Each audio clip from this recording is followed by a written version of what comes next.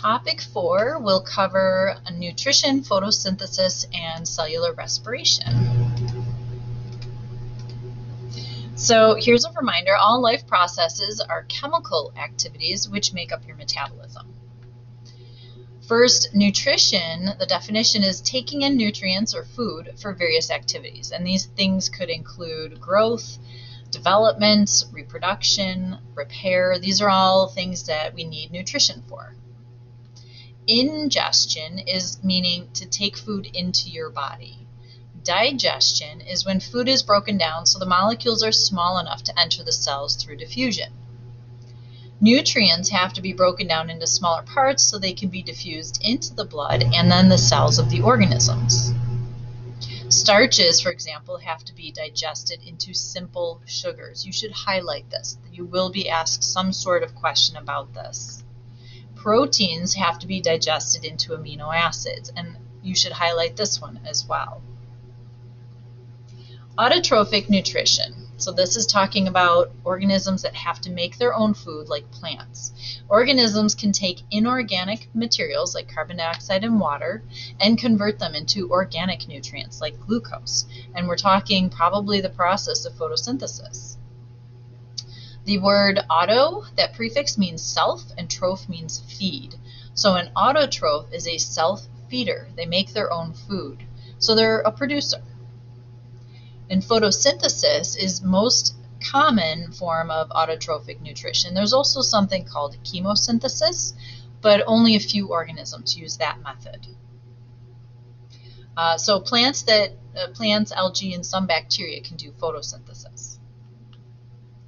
Then there's heterotrophic nutrition. These are organisms that have to obtain nutrients by eating other organisms. Hetero means other, so a heterotroph is an other feeder. It eats other organisms. And all consumers and decomposers are considered heterotrophs. This includes carnivores, which are meat eaters, herbivores, which are plant eaters, omnivores, which eat both plants and animals, and decomposers that eat dead or decaying matter. Photosynthesis, we're going to review this a little bit. It's the process in which sun's energy is trapped in the chemical bonds of sugar. It requires water, carbon dioxide, and light, and it produces glucose, or sugar, as food, and oxygen as a waste product.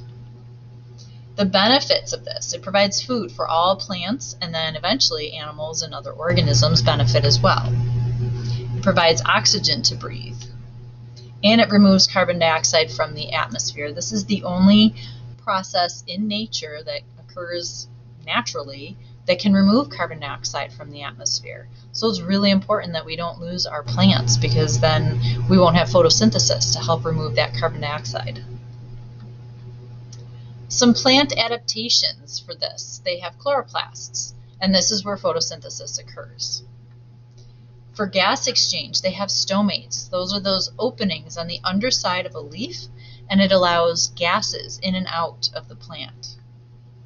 They have guard cells that are on either side of the stomate, and they can control the opening of the stomate. It'll help mostly to prevent dehydration. And then for transport, plants have, it's kind of like their own veins and arteries, but we call them xylem and phloem. And they help transport food and water throughout the plant. So here is a diagram showing a cross view or cross section of a leaf. And so we've got the top layer and the bottom layer going to have the epidermis. We've got the little black pieces in here, the little black organelles. Those are all chloroplasts in each of these different types of cells. We have the palisade layer at the top, and then the spongy layer. The circular thing is where the vascular tissue, the xylem and phloem, are found. Down here, letter X, I'll let you guess what that could be pointing to, but that's pointing to the guard cells. The opening itself is the stomate. The stomate is not an actual thing, it's just an opening created by the guard cells. And that's where carbon dioxide can move in, and water vapor and oxygen can leave. And that's the main function of the stomates, is to allow for gas exchange.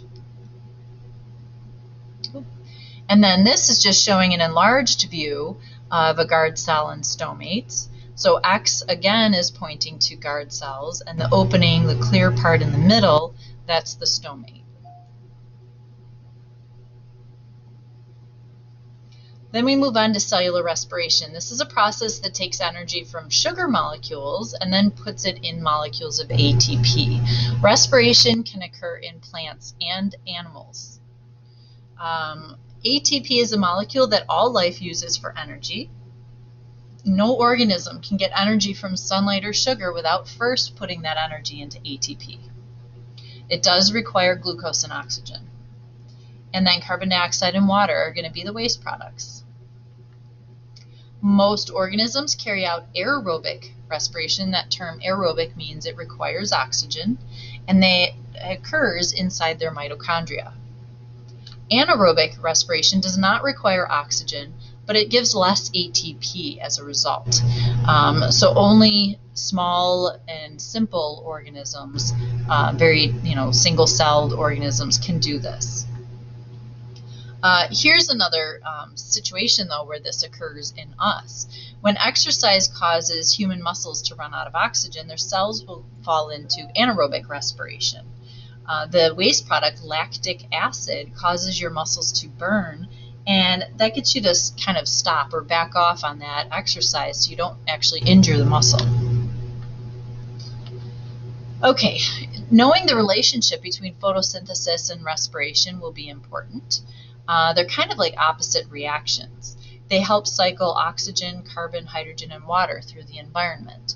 I would definitely encourage you to know both of their formulas and both reactions, but you know that oxygen is a waste product of photosynthesis, but it's required by respiration. And then respiration gives off carbon dioxide, but it's a required gas for photosynthesis. So they're both very closely linked processes. Common mistakes people make. They can say plants use photosynthesis, animals use respiration. This is not entirely correct. All organisms, including plants, use respiration to get their energy. Another incorrect statement, respiration is breathing. Breathing is not respiration. Breathing exchanges gases that are needed for respiration. Breathing is external. It's something that you do with the outside air. Inhaling and exhaling does not give you ATP. The ATP can only be produced inside your cells. Another statement that's not correct. Oxygen is used to breathe. This is backwards. Breathing is used to get oxygen, which is then used for respiration. Without oxygen, you have no respiration, no ATP, and no energy.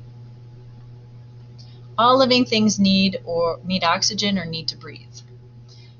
Things that are considered anaerobic do not need oxygen, and they don't have to breathe.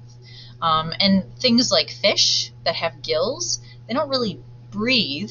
They exchange gases, they take in oxygen, but they don't breathe. Breathing implies that that organism has lungs. So just think about that carefully. And that takes us to the end of our photosynthesis and respiration topic. You can go answer your homework questions now.